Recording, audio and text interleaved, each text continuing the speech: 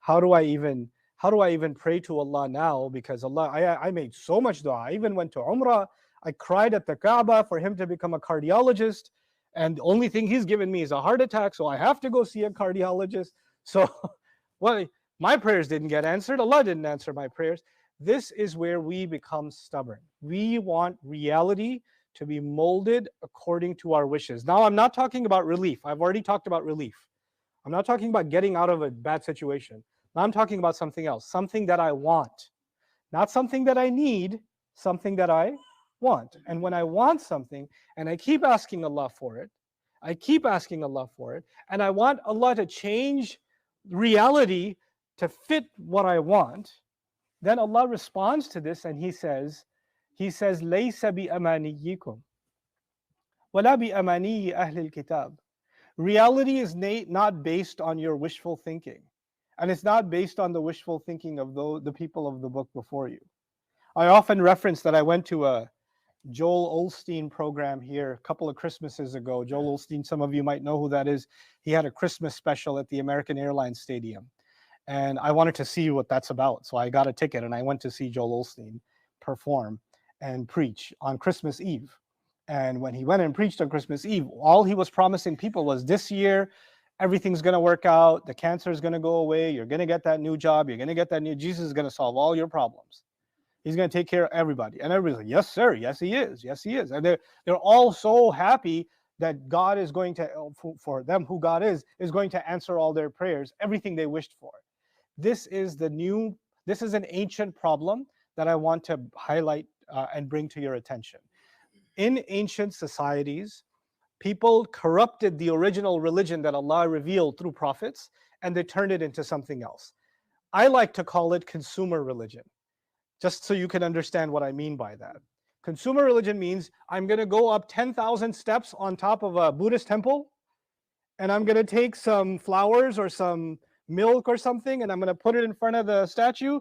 I'm going to pray for a new house, or the farm should be okay, or I don't get robbed this year or whatever. I take my wish all the way up to the statue, and I'm going to give this God something, and He's going to give me what I wish. Basically, it was a transaction. You do the prayer, the God gives you what you wish. So, you need the prayer to happen. You pray to the rain God, He'll make the rain happen. You pray to so it's constantly an exchange. I ask God, God gives me, or I ask the gods, and the gods give me, right? So it's constantly a series of wishes that we get. Now, even though in our religion we can ask for things in this life, like Asiya was asking for relief, or Zakaria alayhi salam was asking for a child, right? We're asking for things.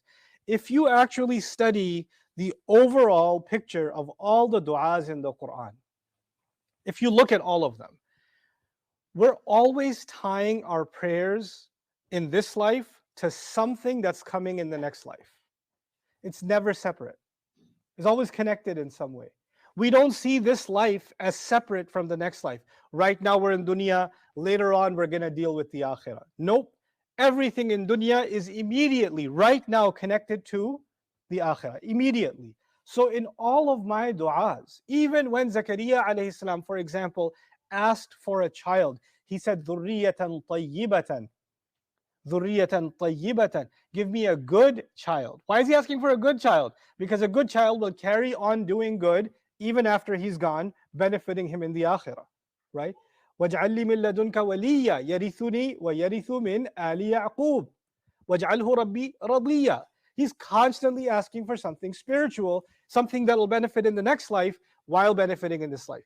The most explicit dua in the Quran, where you and I ask for something in this life, is actually رَبَّنَا آتِنَا فِي الدُّنْيَا حَسَنَةً.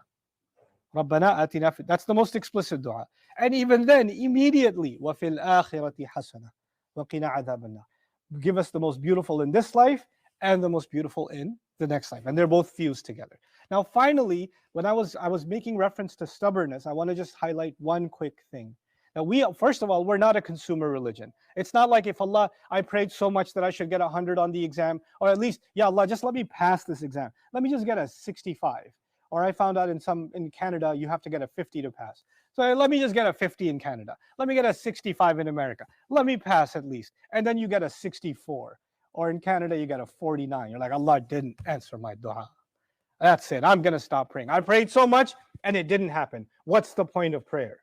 Yeah, if your religion was a consumer religion where you do the prayer, God's the one who gives you. If he stops giving you according to your terms, then you stop praying according to his terms.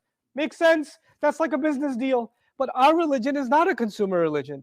Our religion came to teach us that we have been created by someone who put us here for a purpose, and we're going to go back to him. We're going to go back. So this is just a small episode of my life. There's a much bigger episode coming.